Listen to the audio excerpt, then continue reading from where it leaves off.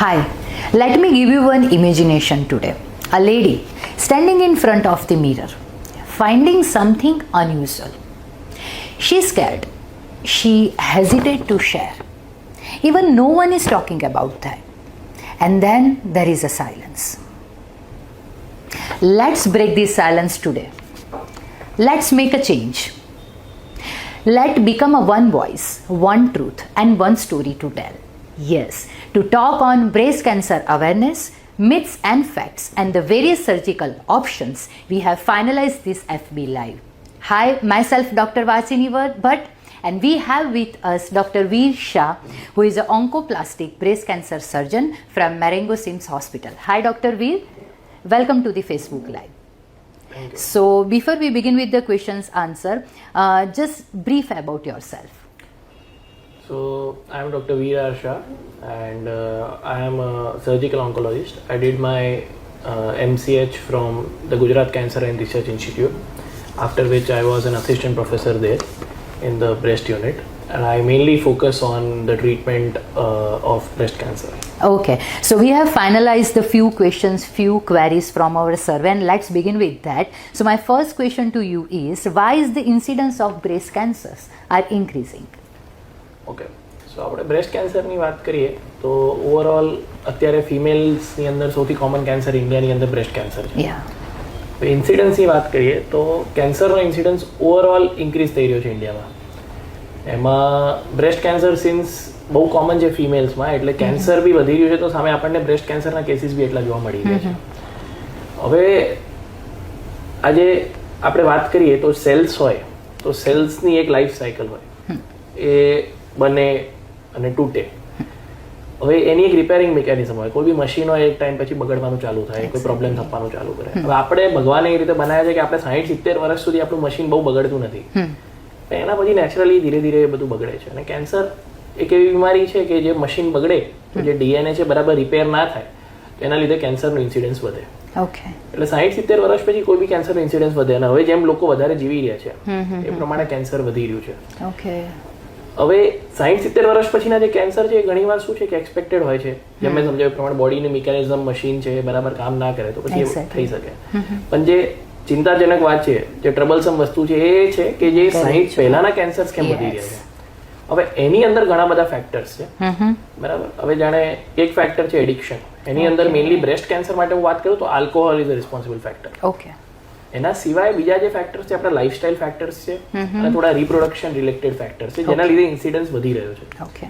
Lifestyle ફેક્ટર્સની અંદર obesity છે, આપણે એક્સરસાઇઝ આજે પહેલા જે કરતા હતા એના કરતાં આપણે વ્હાઇટ કોલર જોબ થઈ ગઈ, બહુ લિફ્ટનો યુઝ કરવા લાગ્યા, એટલે એક્સરસાઇઝ ઓછી થઈ ગઈ. ડાયટ આપણું એટલું પહેલા જેટલું સારું ના રહ્યું, બરાબર. એટલે એ બધા ફેક્ટર્સ, એવું નથી કે તરત આ માણસ એવું ખરાબ ખાધું ને એને થવાનું છે. કેન્સર એવી વસ્તુ છે જે વર્ષો વર્ષ પછી ધીમે ધીમે તમારું મશીન જે છે, બેઝિકલી મેં સમજાવ્યું છે પહેલા કોન્સેપ્ટ, એ મશીન તમારું ખરાબ થતું જાય છે. એની અસર આજે નહીં તો 2 વર્ષે, 5 વર્ષે, 15 વર્ષે, 25 વર્ષે બી આવે. Silent disease. અને રિપ્રોડક્ટિવ ફેક્ટર્સ એક એવી વસ્તુ છે જે ત્રીજો પોઈન્ટ છે કે આજે હવે જાણે ઇન્ફર્ટિલિટી કેમ વધી રહી છે. કેમ કે આપણે જે નોર્મલ એજ પહેલા જે બાળકો પેદા એક ફિમેલ પ્રેગ્નન્ટ થતી હતી, that used to be around 20, 22, 23, 25. આજે 30 થઈ ગઈ, ધીરે ધીરે 35 બી નોર્મલ થવા લાગી. બટ એના લીધે પ્લસ અલોંગ વિથ ધીસ કે જે ફેક્ટર્સ છે એના લીધે ઇન્ફર્ટિલિટી અને સિમિલરલી બ્રેસ્ટ કેન્સરનું બી એક નોન રિસ્ક ફેક્ટર છે કે તમારું ફર્સ્ટ ચાઇલ્ડ આફ્ટર 30 હોય તો તમને રિસ્ક વધારે હોય, ફર્સ્ટ ચાઇલ્ડ આફ્ટર 35 હોય તો ઓર વધારે હોય. એટલે આ બી ઘણા એવા ફેક્ટર્સ છે જેના લીધે આઈ સપોઝ કે ધીસ ઇઝ રિસર્ચ પ્રૂવન કે બ્રેસ્ટ કેન્સરનો ઇન્સિડન્સ વધી રહ્યો છે. એક્ઝેક્ટલી. એટલે ઘણા બધા એવા અનનોન ફેક્ટર્સ છે. આઈ થિંક આપણે એવું માનીએ છીએ કે કેન્સર્સ જે છે ઇડિયોપેથિક છે, કે એની પાછળ કોઈને કોઈ કોઝિસ જવાબદાર નથી, પણ ઘણા બધા રિસ્ક ફેક્ટર અને ક્યાંક ને ક્યાંક તમે કહ્યું એ પ્રમાણે કે લાઇફસ્ટાઇલ જે છે એ મેજરલી ઇમ્પેક્ટ કરે છે, રાઈટ. અને ઘણા બધા મીથ પણ હોય છે બ્રેસ્ટ કેન્સર અવેરનેસના. તો એક મીથ વિશે વાત કરીએ. Does breast cancer increase by uses of any particular innerwear or any type of colour of innerwear? So is it true? Yeah, so I have heard this from some of my patients કે particularly અગર અમે થોડું tight innerwear પહેરીએ કે black કલરનું innerwear પહેરીએ એનાથી આ કેન્સરનું રિસ્ક વધતું હોય છે. ઘણાને એવું હોય છે કે મારા છોકરાએ જે ઘણીવાર ઓલું છોકરું માથું મારી દે તમને, એના લીધે કેન્સર થઈ શકે કે ગાંઠ થઈ શકે, પણ એવું કોઈ જ રિસર્ચથી પ્રૂવ કરવામાં આવ્યું નથી.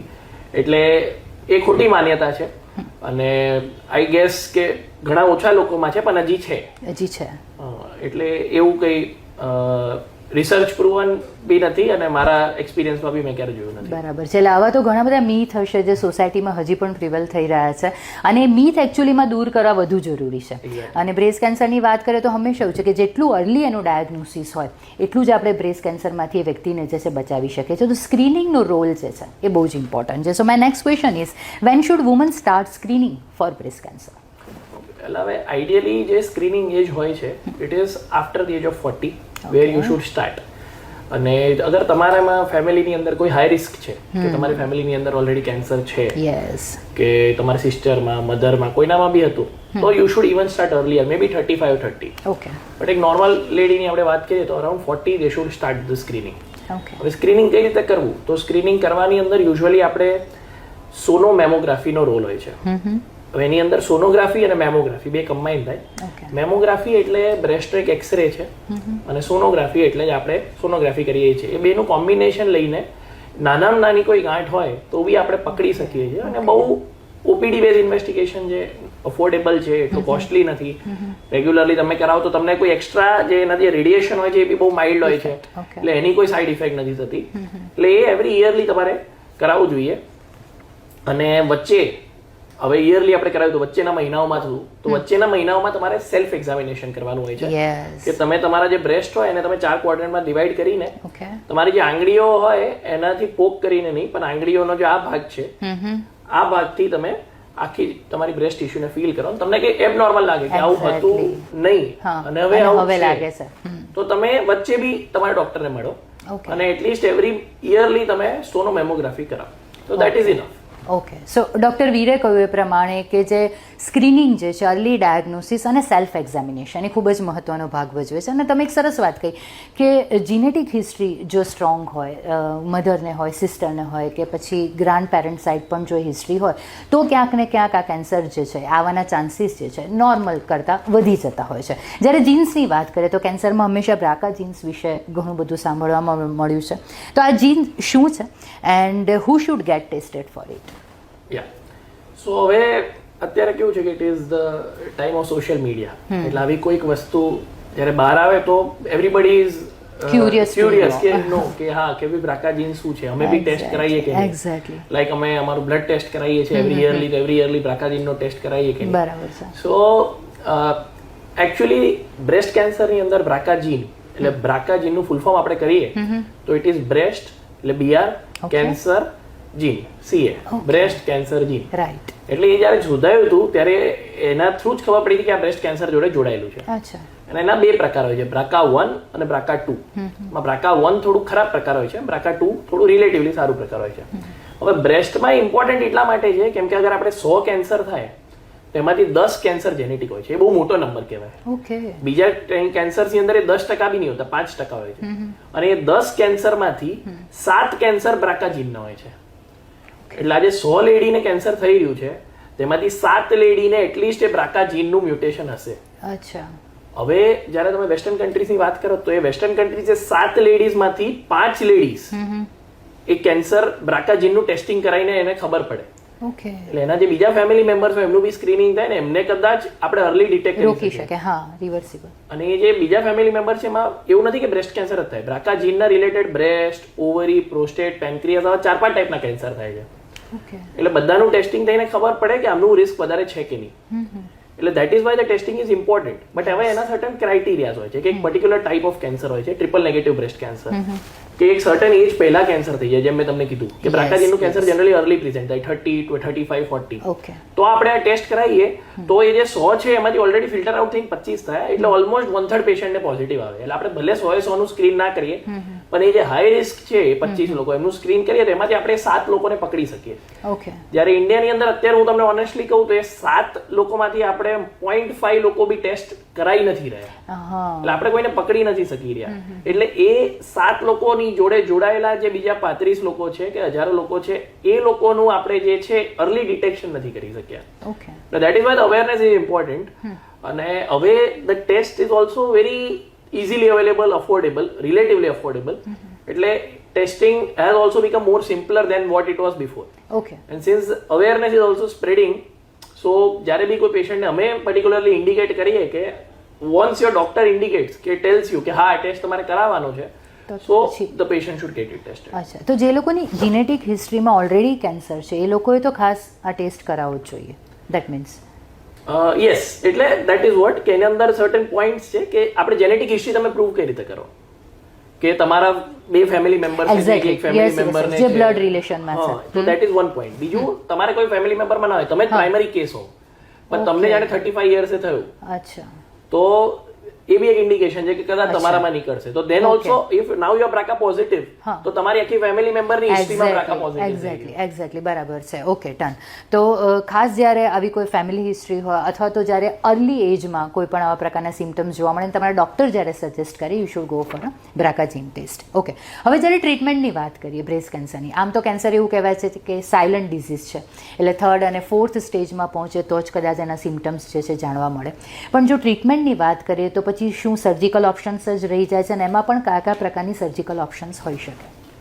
એટલે હવે કેન્સરની અંદર જનરલી કોઈ બી કેન્સરમાં આપણે 3 મેઇન ટ્રીટમેન્ટ હોય છે. એક મેડિકલ એટલે દવાઓ, એક રેડિયેશન એટલે શેક, અને એક સર્જરી. બરાબર. મેડિકલ અને રેડિયેશનની અત્યારે આપણે બહુ વાત નહીં કરીએ, એના અંદર મલ્ટિપલ ઓપ્શન્સ છે. આપણે સર્જરીની વાત કરીએ.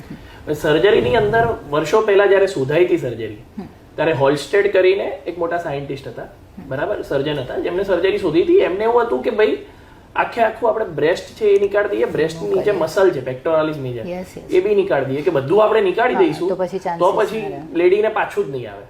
પણ એ વાત ખોટી પડી. એના પછી એ કેન્સર પાછા આવ્યા. એટલે એ વસ્તુ ખબર પડી. એટલે એવું તો છે નહીં જાણે તમને કોઈ જાણે પગનું કેન્સર, હાર્ટનું કે બીજા કોઈ વસ્તુનું કેન્સર થયું હોય, જાણે મગજનું કેન્સર થયું હોય, તો આખું મગજ થોડી આપણે કાઢી નાખીએ છીએ. આપણે ગાંઠ જ કાઢવાની હોય. આપણે આખું મગજ કાઢીએ એનાથી ફાયદો ના થાય. એટલે પછી ધીરે ધીરે લોકોને સમજવા લાગ્યું કે આખું બ્રેસ્ટ કાઢીશું તોય પાછું આવવાનું છે, તો પાછું આવશે. અને ગાંઠ અને એની આજુબાજુની માર્જિન લઈશું, જે આપણો ઓન્કોલોજીકલ પ્રિન્સિપલ છે. આપણે કોઈ બી કેન્સર હોય તો ગાંઠ કાઢીએ અને એની આજુબાજુનું સ્નાયુ કાઢીએ, બરાબર, એ માર્જિન કહીએ આપણે.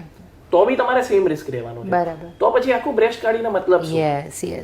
અને હવે આજનો જયારે જમાનો છે, જયારે ઘણા પેશન્ટ હું તમને કહું છું 35-40 યર્સમાં થાય છે, અને બ્રેસ્ટ કેન્સરનું ઓવરઓલ પ્રોગ્નોસિસ છે ને બહુ જ સારું હોય છે. પેશન્ટ, મેં પેશન્ટ જોયેલા છે પોતે, એ લોકો 35 વર્ષ 40 વર્ષ જીવેલા છે, 88માં 85માં ઓપરેટ થયા હોય, અને આજ સુધી જીવતા હોય કેન્સર ફ્રી હોય, બરાબર. એટલે હવે એ આખી જિંદગી એક પેશન્ટે એક બ્રેસ્ટ એનું હોય અને બીજું બ્રેસ્ટ આખું નીકાળેલું હોય, એની સાથે જીવવું, એનો જે સાયકોલોજીકલ ઇમ્પેક્ટ છે એક પેશન્ટ પર, એક લેડી પર, એ જે બ્રેસ્ટ છે જેના થ્રુ એને બેબીને બ્રેસ્ટ ફીડ કરેલું છે, ધાવણ પીવડાવેલું છે, અને હવે એ બ્રેસ્ટ એની જોડે ના હોય, એ આપણા ત્યાં લેડીઝ એટલું કદાચ ઓપનલી કહી નથી શકતા, પણ એ વસ્તુનો એના માઇન્ડ પર સાયકોલોજીકલ ઇમ્પેક્ટ ઘણો હોય છે. અને હવે જ્યારે જરૂરી બી નથી કે એનાથી તમારે કઈ એક્સ્ટ્રા સર્વાઇવલ બેનિફિટ તમે નથી આપી રહ્યા, તો જ્યાં પોસિબલ હોય ત્યાં આપણે બચાવી શકીએ. અને જ્યાં અગર અમે જ કહીએ કે ના આ કેસમાં સેફ નથી રાખવું, તો પછી આખું નીકાળી શકીએ, તો પછી એને રિમૂવ કરી શકીએ. હવે બ્રેસ્ટ રિમૂવ કરવાની અથવા તો બ્રેસ્ટ કેન્સરનું જે ટ્યુમર છે એ રિમૂવ કરવાની વાત થઈ, પણ હવે આપણે વાત કરીએ કન્ઝર્વેશનની. તો does breast conservation increase the risk of recurrence? એવું કંઈ ખરું? યસ.